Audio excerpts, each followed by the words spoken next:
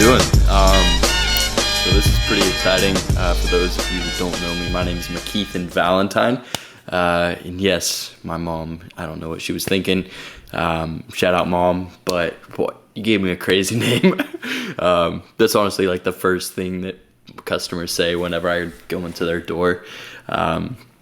And I'm at their house, they're like, how did you get the name McKeithan Valentine? Now, keep in mind, these are people from, like, not around Florida. So, I mean, at least in Florida, we're a little bit diverse. But from what I've seen, like, in Texas, Arkansas, Pennsylvania, Ohio, West Virginia, like, all these places that I've traveled to and worked at, people have never heard the name McKeithan. Maybe you guys have, but you know, I just tell them my mom was smoking crack when she had me in the womb, and maybe that's why I turned out the way that I did. But no, I'm kidding. I love you, Mom. If you're watching this, I know you are. I love you so much, and I hope that the rest of you guys are able to gain something from this as well. But no, a name is pretty important. But yeah, McKeithan Valentine. On the doors, I have people call me Mickey. So if I knock on your door, maybe I've knocked on a couple of your doors already, but I just knock on your door, I'm like, hey, just quick, my name's Mickey. Doing work with all the blah blah blah, and I just go into my pitch. I just go as Mickey, and so. If people are like, who? This happens. I knock on the door. I'm like, no, they're just, who is it? Who is it?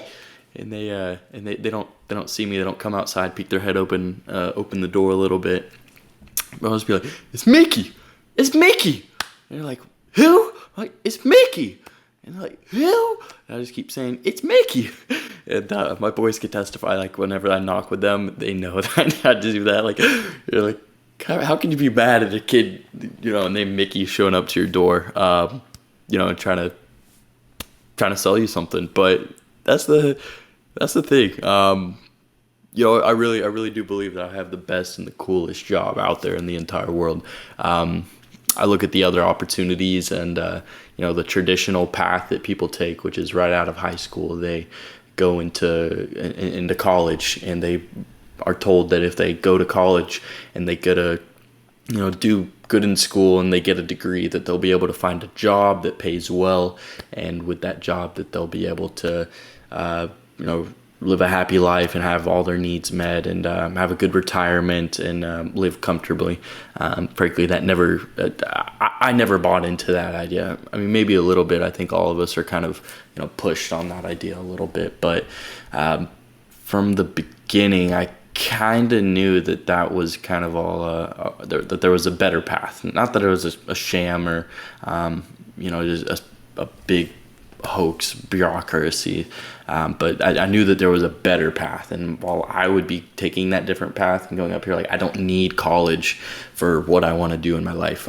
Some people do need college if you want to be a doctor or a lawyer, or have one of I don't even think scientists these days need college per se, but for certain people, I guess you could say that you need college. But I especially these days, college is getting phased out more and more and more, and this is how we're doing most of our learning. This is how we're gaining our knowledge and our experience, and learning from people who have already been there and done that. And so that's really what I hope to be able to do with the show, is to be able to help people who maybe are curious about the door-to-door industry, or who are getting started, who have been in it for a long time, be able to tell them what I've learned from doing it, and the successes that I've had, the failures that I've had, the good times, the bad times, everything in between. Like, there's going to be nothing spared here, and so I hope that you guys take that with at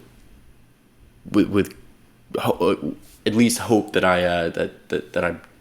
I'm doing it for the right reasons. I think I'm doing it for the right reasons. I really do. I enjoy helping other people out, especially that it's even at this point in my door-to-door sales career. I think sometimes it can get into a bit of a pissing contest when you're kind of at the top. And I was talking with some other top reps in the company about that. It's a pissing contest back and forth. And no, he's talking bad-mouthing other people, but really I just want everybody to do well. And humble and as that sounds, like it's the more I keep saying it, the more it becomes truer and truer for me. Getting us started though, what made me want to get involved in this job, this industry? What I saw that was so attractive from the outside, I saw people, I've known particularly my uncle, who's been doing this for, over 15, 16, 17 years now, doing door-to-door sales, how I saw his lifestyle and the way that he was living his life, and that grabbed me and it pulled me towards towards the job, to wanting to learn more about it. And I saw what he had, and I'm like, gosh, if I wouldn't give anything for that lifestyle. At the time, it looked like all that he did all the time was just do CrossFit workouts, and he would just go to Hawaii or Alaska, or just go to Miami for like CrossFit competitions and hang out with his beautiful wife, and just they have their dogs, and they just go traveling and vacationing and stuff. Like, that's all I saw that they were that they were doing. But when I saw his life, I was like, oh my gosh, if this isn't exactly what I want in my life, I don't want to have a 9-to-5. I don't want to have to be somebody else's slave, and I want to have control and freedom. And so when I look at my values, when I really got down into it, and I think Ray Dalio does a great job in his book Principles, talks about your principles and your values. And this is actually the only thing that I ever learned in college at Florida State, was getting I took like a humanities and ethics class, and like she was a cool teacher. She was awesome. We did like service projects and stuff, but we wrote down all of our core values and helped us to understand what the difference between, values and beliefs were. Now they're kind of intertwined again. They're kind of jumbled, but my core value every single time has been freedom. And I think maybe it's my upbringing. I'm a rebel at heart. I don't like other people. I don't like following the status quo per se, but I like the freedom aspect, and that's really we live in, regardless of what you'll say about America and the country that we live in. Like, we live in the freest place in the entire world right now. Even today, like, America is the freest place in the entire world, and I think that's a beautiful opportunity for each of us. And I think we kind of get a used to it too much. We take it for granted a little bit. But I really I have, even as a kid, like, when you get that, like, I always think this, like, and I think everybody has seen this, but when they're a kid and they're forced to go everywhere their parents go, and they can't really be left alone, and then finally they're left alone one time, it's like, oh yes, I have some freedom, I've got the house to myself. So it's a little bit of dose of freedom. And then you're driving around, and then you finally get your driver's license. You turn 16, you get a car, you have your driver's license. Like, oh, nothing but the open roads. Like, I can go anywhere, I can do anything. And then over time, like, it kind of wears off, and you get used to that freedom as well.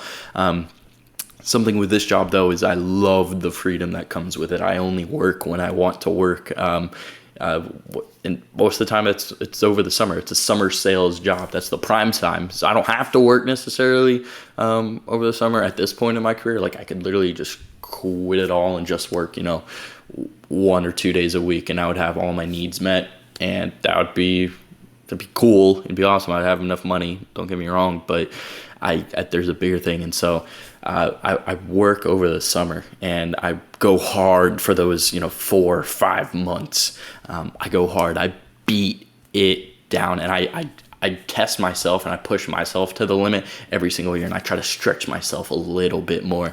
But during those 4 or 5 months, I'm working. I'm on the grind. I'm going, getting better, helping the guys do better. Just absolutely trying to crush it, and stretch myself, put myself into the uncomfortable position, and take uncomfortable action, and that's proven to have the most growth. And so I work over the summer, and then when I'm done with the summer now. I had an awesome summer last summer. Like, me and the guys, we crushed it. We probably had some of the most fun that I've ever had in my entire life, and that was while working. So the grind is fun. It's my favorite thing from Ed Milet. Like, he was talking with his son, and his son said, his son's playing baseball. His son says, "Hey, Dad, all the guys are going out it's a Friday night. All the guys are going out. I chose to stay back behind and not go out and hang out and party with the guys." Because we have a tournament tomorrow. And Ed Milet, he says to his son, he says, "Son, remember this. winning is more fun than fun is fun. What? Like, winning is more fun than fun is fun. And I love that. I love the winning. I love the competitiveness of this job. I love the pushing yourself and the competing against your buddies. Like, I'm a super competitive person, and I love fostering that spirit in our culture. Like, I hope that's our culture, is that we're competitive, but we're also super invested in each other's success and want everybody to do well. And so that's kind of the stuff that's drawn me to this job, door-to-door sales. There's a lot of other jobs out there, but I don't think a single other one has the freedom that this one has. See some of the notes that I jotted down here is because I've always had the entrepreneurial spirit per se. Starting, I was in the Academy of Entrepreneurship at school. I know, super cool, right? But it was actually a lot of fun, and I tried to take that opportunity as well to try to make the most out of it. But I've always had that sense of personal responsibility, I guess is what I would call it. And my first job was as a trash runner, at an apartment complex. It was one of the guys from my church. He had a trash company. I was like, oh, you just run up and down stairs and, throw away trash. That seems like kind of sucky, but I'm always willing to do the jobs that nobody else is willing to do because I'll get paid for that. If nobody else is going to do the job and there's an opening there, a market for it to be paid more money, then I'll absolutely take that job that maybe nobody else will. So that was my first job as a trash runner, and I got paid $20 a night. If it took me, 30 minutes to get all the trash, boom, I made $20 in 30 minutes. If it took me 2 hours to get all the trash, guess what? I made $20 that night for the 2 hours of work. And so it kind of motivated me. I was personally responsible. I was like, okay, we'll get it. Go in, get out of there. We're gonna be done super quick, and we'll be golden. And so that was kind of my first job. I liked having that responsibility, that sense of control of, I'm working on my own time, on my own schedule. However long it takes me to get this trash, that's how long it'll take me. That's my hourly wage. I don't like somebody else telling me how much money I'm worth. When I have somebody else tell me, oh, you're only worth, $12 an hour or $16 an hour, I'm like, no, that might be good to some people, but I'm pretty sure I'm worth a lot more. I'm worth a lot more than that. You could pay me $50 an hour, and I wouldn't feel very valued. And so that's the one thing that I liked about the trash job. In my second job after I did the trash job for a number of years, great high school job, as a 16-year-old kid, just trying to make a couple extra bucks throughout the week. My second job was as a waiter, and so you might say, "Oh, that one's kind of normal," but I would be more invested in showing up with a positive attitude because I know that my tip money, the money that I end up taking home at the end of the day, is going to be equally proportional to how I made my customers, the people eating, the people that I was waiting their tables feel. And so if I made them have a better time, if I had more energy and I, just laughing, going back and forth and had high energy and was hoping that they were going to do well, then I would, make more money. But if I came in with a subpar attitude, pissing everywhere and just making other people miserable and uncomfortable, then I wouldn't get as much money in tips. And I think that's fair. I think that's the way that the world is kind of moving towards, that you get paid off of your value, and off of you get paid according to how much you're worth. And not everybody's going to be a factory worker anymore. It's not the early 1900s where we're everybody's a factory worker and you get a set hourly wage for unplugging in one gizmo and plugging in another gadget and making doohickeys. You're not a factory worker anymore. You're not going to be on the conveyor belts. You're going to be paid and according to what you're worth. And I think it's going to leave a lot of people behind, and those people are going to end up getting left behind. And taken care of by the government and those welfare and be a living paycheck to paycheck. And then people like me, people like I know you guys are, if you're listening to this, it's people like you as well, where you're going to increase your value, and thus you'll give more to society. Like the more that you give, the more that you'll end up in return. And that's that's totally fair, like all day. And so that's really what, along with the freedom, having that sense of personal responsibility, having that control of being paid exactly what I'm worth, that is what I love about this job. What I love about the door-to-door sales industry is because if I talk to 100 people and one of them buys, I have two options to either make more money. I can either close more deals, so I can boost that one person up to, maybe closing 2 out of 100 people, which is possible through skills. Then hopefully we're going to talk about that, all the skills necessary in order to increase your repertoire and your arsenal, becoming the most confident and having all the tactics necessary in order to have success in this industry. So you can either, 1, you can close more deals, or 2, you can knock more doors. Like, talk to more people. Like, it's pretty easy. Like, there's not like a secret formula to it. That's how you make more money in this job. And you'll be taught that too. And that comes down to work ethic, just talking to as many people as possible. I firmly believe that I was one of the top reps in the entire company because of the sole reason that I talked to more people than everybody else. I worked harder than other people. I wasn't sitting down on the curb on the side of the road and, taking a sandwich break and, checking Instagram and Snapchat and, seeing what other people are doing, hoping that they'll encourage me, and I'll have, maybe I'll get the motivation if I find it on Snapchat. Like, no, I wasn't doing that. If right after I got that no, right after I knocked the door, no, not interested, idiot, get off my porch, I'm calling the cops. Like, okay, I'm moving faster to the next person, because every single no gets you closer to a yes. And I think that that's so key for it, not only in life, people getting shot down, like, some, but, the old saying is true. Like, some days you're the bug, some days you're the windshield. And it happens, but it teaches you the mental toughness, the discipline, the how to deal with rejection. And I think we live in such a soft society today. Like, people are soft. There's too many sheep in the world, and they don't make enough room for us wolves. I mean, I like all the sheep, don't get me wrong, but I just hope to elevate them to wolves, because wolves hunt better in packs, but also it's such an empowering lifestyle, able to be able to help other people, and to be able to, what am I trying to say?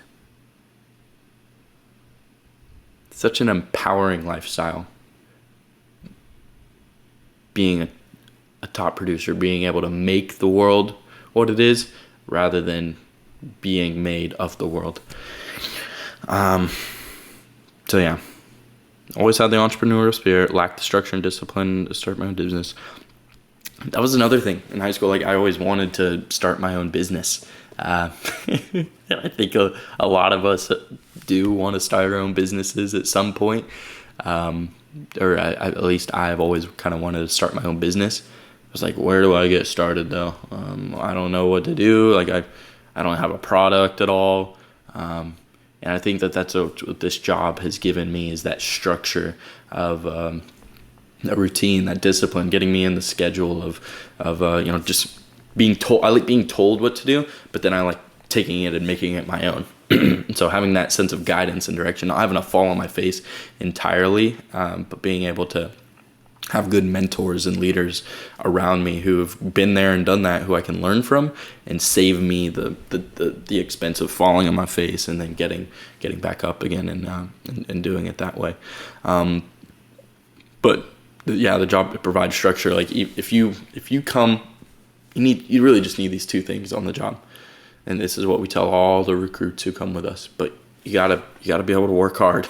If you're lazy and you're stuck in your phone all day, you're probably not gonna make it. I'm sorry to tell you, you're probably just better off staying home and, eating eating munchies all day. Like, I don't know what to tell you. So you got to be able to work hard, but also got to be coachable. You got to be able to learn and open to learning and trying to, get better and grow as a person. And so if anybody has those two things, if anybody can work hard and they're coachable, I can do the rest. I can do. You gotta put in the work. You gotta put in the work. Nobody's gonna put in the work for you. Nobody's gonna put dinner on the table. You gotta be the one to get out there every single day and put dinner on the table. Put the meat on the table, man. And it comes down to being coachable. Like, you can. Would you rather give a man a fish or teach him how to fish? Being able to learn how to fish that's what we're doing. We're fishers of men. And so, yeah, freedom, extremely important value. I like the structure, the job, the routine, what it helps me out. I like the freedom. When it comes down to freedom, like, there's a big component of freedom, being able to do what I want when I want to do it, and being able to have anything is financial freedom. This job provides a lot of money to young kids. I don't know who thought of that. Who thought of paying a bunch of 20-year-old kids this amount of money? It's kind of ridiculous, but I love it, and I love it for my guys, and I love it for anybody who wants to take advantage of the opportunity. But the financial freedom, like, it's.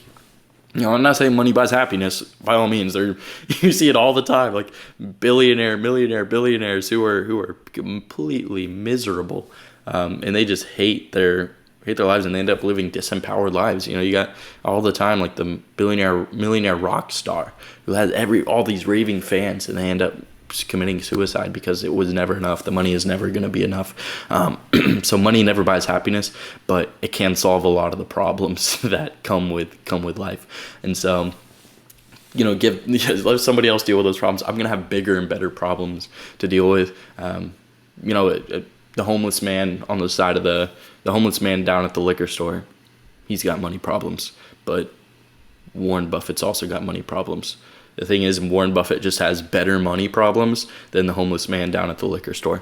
And so you're not going to get rid of all your problems. You're not going to buy you happiness, but it will definitely serve and help you it's helped me be more free with what I want to do. It's helping me be able to do stuff like this that I actually enjoy, and be able to pursue more happiness, more pleasures. And so, yeah, getting that financial freedom. And then, we get down to it as far as, like, I got a couple other notes here I'm really not going to talk about now, but we'll wrap it up here with just a simple idea that, there are 4 elements to happiness and fulfillment in life. And if all 4 of these elements add up and they have balance with them, then you're going to be fulfilled. But it's mental.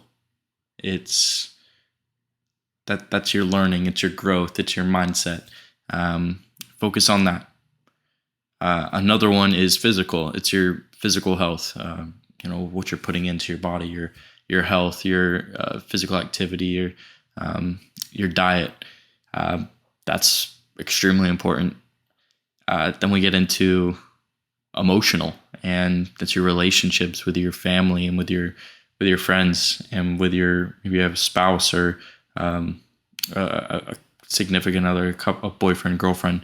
The emotional aspect of you is extremely important, and it shouldn't be neglected.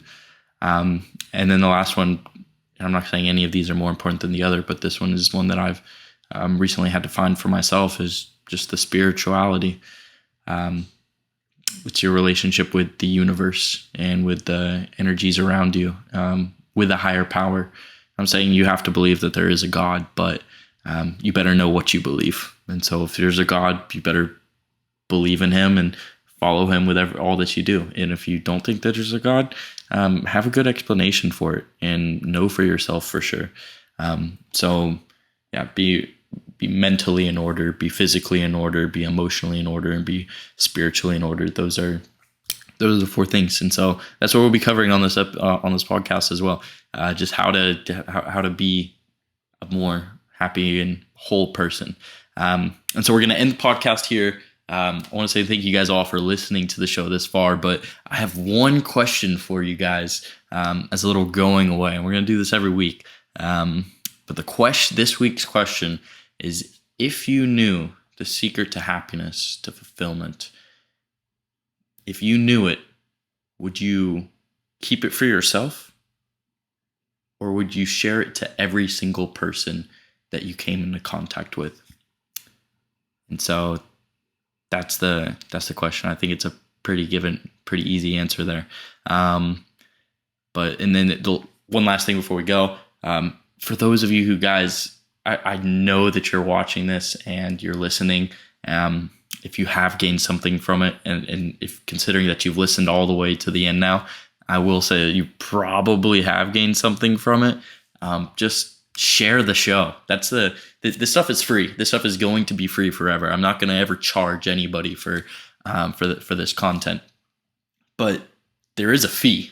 It's not free entirely, because the fee is that you have to share it with somebody else.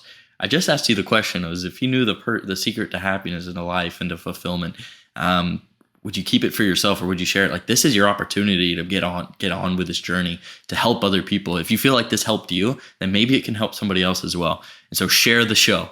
That's all I ask. Leave me comments, and then let me know what you guys think. Give me some feedback. Let me know if there's any guests that you would like to have on the show. I'm gonna have a lot of guests. If you know anybody who would be awesome to have on the show, like, send them my way. That'd be super exciting. We're going to talk about anything and everything in terms of life. But yeah, that's the show. If you guys haven't already, go check out my blog as well. I'm going to be doing that every week, and so go check out the blog. I'll leave the link down below in the description, whether you're watching this on Spotify, Apple Music, SoundCloud, YouTube. The link for the blog will be in the description. People have had amazing responses from that already. And so I just hope that I'm able to leave you guys with some resources, with some stuff, some homework assignments to keep growing and getting better. But yeah, that's the show. Anyways, I really appreciate you guys for listening. I love each and every single one of you. Try your best to spread some love this week. Go out of your way to be more loving and be better today than you were yesterday. Never measure yourself to somebody else. Somebody else's life. That's their life. Measure yourself to who you were yesterday. And if you can say that you're better today, and you showed more love, and you gave more, and you worked harder today, and you tried harder today than you did yesterday, I think it's a success. Anyways, you guys have an awesome week. God bless you all.